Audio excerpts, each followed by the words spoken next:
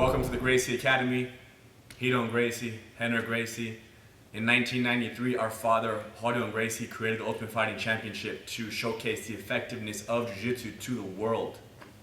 And now that every professional fighter has added Jiu-jitsu to their arsenal, we're breaking down precisely how they're using it so you can add it to yours. Tell them to fight. We're breaking down today. Ralek Gracie Versus Kazushi Sakuraba. Dang. Now, Ralek did not incorporate Jiu-jitsu into his arsenal, okay? It was just included in the whole package. It came with the package. Definitely. And he had a couple older brothers to, keep him in line along the way. Correct. Everybody had somebody before them to keep in line. Listen to this. This fight was in Japan over a year ago. Some of you didn't see it. You're going to see it now. We're going to break it down. It was great. Ralek demoralized Sakuraba. Absolutely. Neutralizing all his arm lock attempts, his kimuras, straight arm locks, and whatever. Amazing. If you haven't seen the fight, I would for sure click right here and watch the fight before watching this breakdown. It'll make much more sense, and you'll be good to go. It'll make much more sense, and it'll be much more beneficial because you'll see it living, and then you'll see it broken down. Let's talk about round one. Bottom line is this. We knew what Sakuraba was going to go for. Kimura shoulder locks from every position. Turtle, standing, and guard. And in each round, he went for it from those positions. And we're going to break them down as we go. Starting with Ralek. Shot in, crazy clinch. They ended up in a turtle situation where Sakuraba was down. Ralek got the takedown. Ralek was on top with an over-under. Other side, yes. They were like this. Now, Sakuraba loves being in this turtle positioning, waiting for the Kimura. Here's what he did. He pushed away. He shot through. He wrapped the arm. His goal when he wraps the arm like this is one of two things. Primarily is to get this hand, loosen up a little, bro, out and up. So if Sakuraba can turn and expose the hand right here, if he can turn in, he can either rip it here, or he can use his hook to roll him over, boom, and then get on top of the fight here to finish, or straight arm lock, okay? So from this turtle position, that's what he wants. So in studying his previous fights against members of our family and non-family, anytime he wraps the arm, we talked about for Ralek, go to the safe side. He jumps to that side. Boom, he's laying on his arm. Now, how can I possibly pull the arm lock out if Ralek is on that side? It's not happening. Very demoralizing for me. It's like, man, it's too heavy over there. And then sometimes Ralek would even pull him to the ground on that side and kind of off-balance him and kind of lay him down. He would try to get back up. But if Ralek is on that side, he can't pull the arm out and threaten it. But look what he would do. From here, back up. What he would do is he would switch arms. He'd go click, click to this one and hope to get this hand out now and throw it out this way. But what would Ralek do? He'd jump back over. Boom. And then he'd switch back again, jump back over again. This was all in round one. And then from here, the last one, they ended up sitting up a little bit. And then Ralek went basically from the hip, he went underneath and locked hands. He lost his grip. And that's when Sakuraba put his hook in right here. And then he sat down, keeping the Kimura lock. He put his hook inside the thigh. He sat down, used this and the arm to throw him over. And this was the freeze. This was make it or break it right here.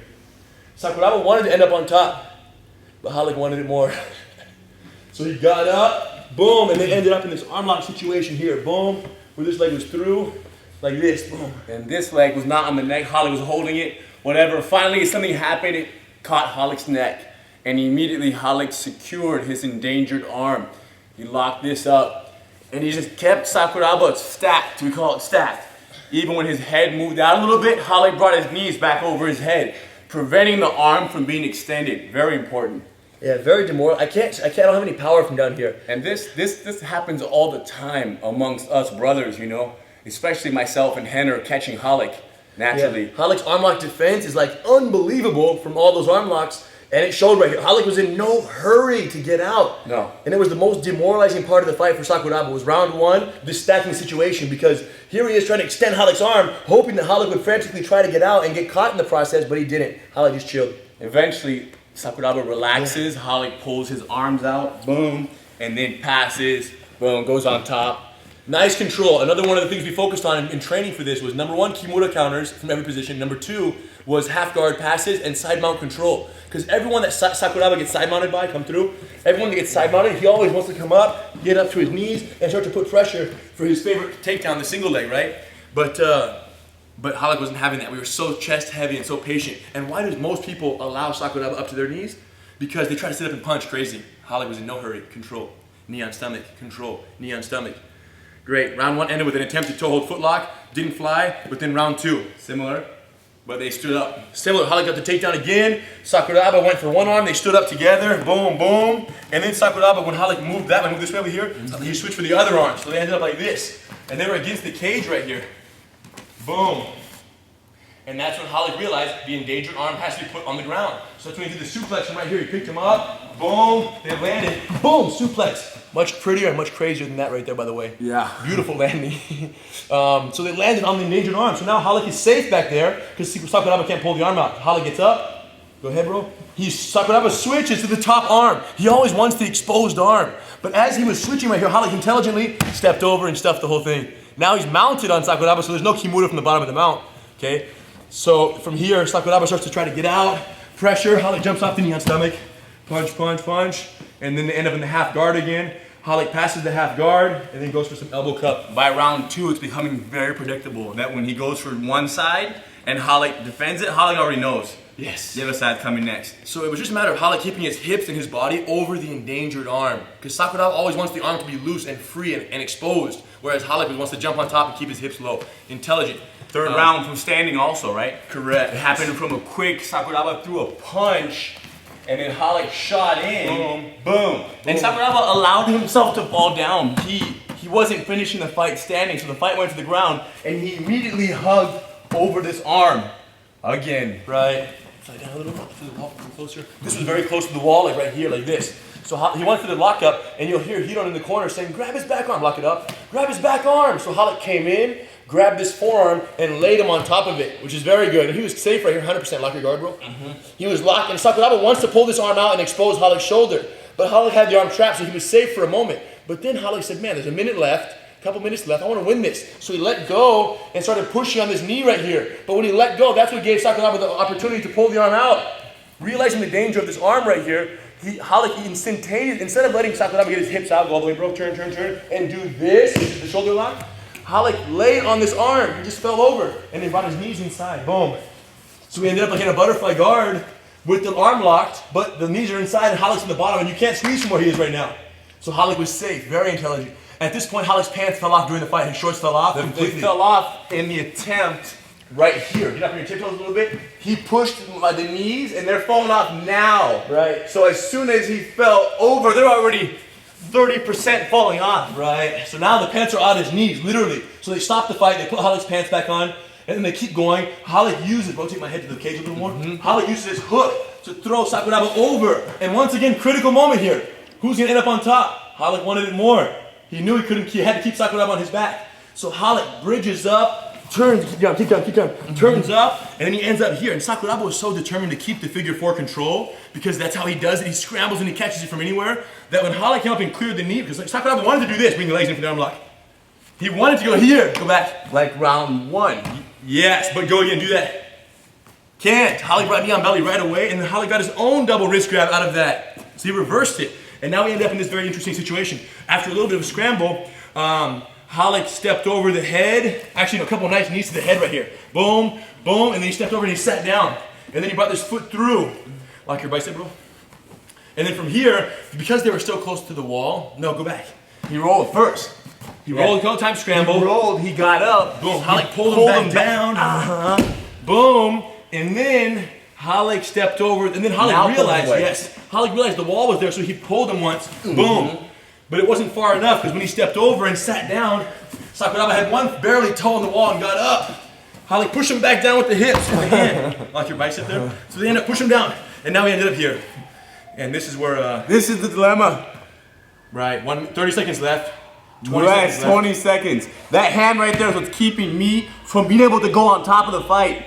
20 seconds left. Halek uses that hand to push this off, which means that he lost his base. He had to though. Once he got the arm right here, Sakuraba stood up and then kind of moved this shoulder back, and it killed the angle a little bit. Yes. I'm sure he felt a little stretch. Yes. But he's got a lot of heart, and the round ended right there.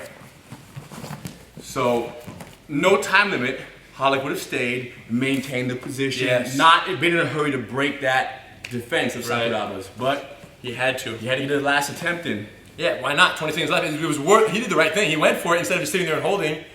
You know, he knew he could trust the clock to end, so Halek played that game and did it extremely well. What's the bottom line you feel right here? The bottom line is patience, and there's no need to win the fight. Our grandfather always said I never beat my opponents, they beat themselves. Right. So Sakuraba attempting all these different submissions and failing, he's in a sense beating himself mentally. You know, now what's crazy is second round. Sakuraba adopted the Grandmaster's philosophy and used it on our family many times. Yeah. So he also has this strategy. But Ralek Gracie, young Gracie, so he put it on the pressure on himself to defeat Ralek, and he put that submission, go for the kill, pressure, attack, attack, attack, attack, and Ralek played it essentially, which is originally the Grandmaster's mindset, but essentially used Sakuraba's game plan against him by defending so patiently. He was in no hurry to win, just concerned with not losing. Yeah. And, you know, the perfect defense is the best offense. Safe. Ralek kept it so real, so patient, beautiful jiu-jitsu, beautiful control, and I think most impressive that he was in no hurry. Yeah. So congratulations, Ralek Sakuraba, for keeping it so real and being so successful with his patient strategy. Because when I watch Sakuraba, even in other fights where he prevails, it isn't so much, you know, like, yeah, darn it, he beat a family member. Of course, you want the family to win and everything, but when I watch him, there's always an admiration for his patience as well. And many other fighters are catching on that if it's possible, there are times when being patient, you know, is the safest way to go. Yes, and he was the master at that, so congratulations to him for such a great run as well. Women Empowered. Yes, we promised a Women Empowered DVD giveaway. Today's the day. We checked it.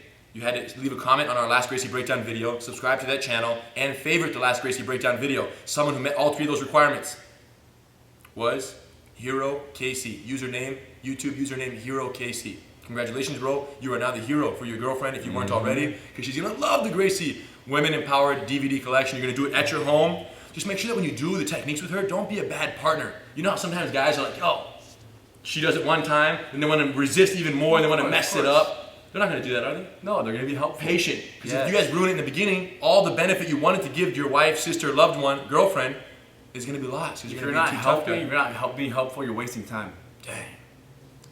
So congratulations, bro. Women Empowered. Comes out June 12th for the rest of you if you want to get that. Free shipping. Let's give another thing away. What do you want to give away? What should we give away? I have an idea. How about a gold weave Gracie Jiu-Jitsu gi? Dang! Yeah! Let's do it. We just got them back in stock. Gold weave. What does that mean? Stronger, softer, sleeker looking, beautiful embroidery. Dang. Black belt included. It's my brand new one. I feel like just going for it right now. No, black belt not included. Don't listen to this guy. Okay? This is like maybe 12, 13 years of training. So we want to give away a free Gracie Jiu-Jitsu gold weave gi. Okay? Because they're so comfortable, they're so amazing. We want someone to have one. All you have to do, subscribe to the Gracie Breakdown channel, leave a comment on this video, and favorite this video. Do all those three things, and next Gracie Breakdown, we announce the winner of the gold weave. 10-4? It only makes sense with the gi as a gift. The question would be gi or no gi, and why? Gi or no gi, and why? Everyone thinks they know. Yes. Why? Why no gi is better? Why gi is worse? Why Everyone no? always asks, what do you think? Gi or no gi? Why? Let us know, and leave a comment, subscribe, favorite, and you're going to win yourself a Gracie Gold Weave gi. Keep it real. Keep it playful.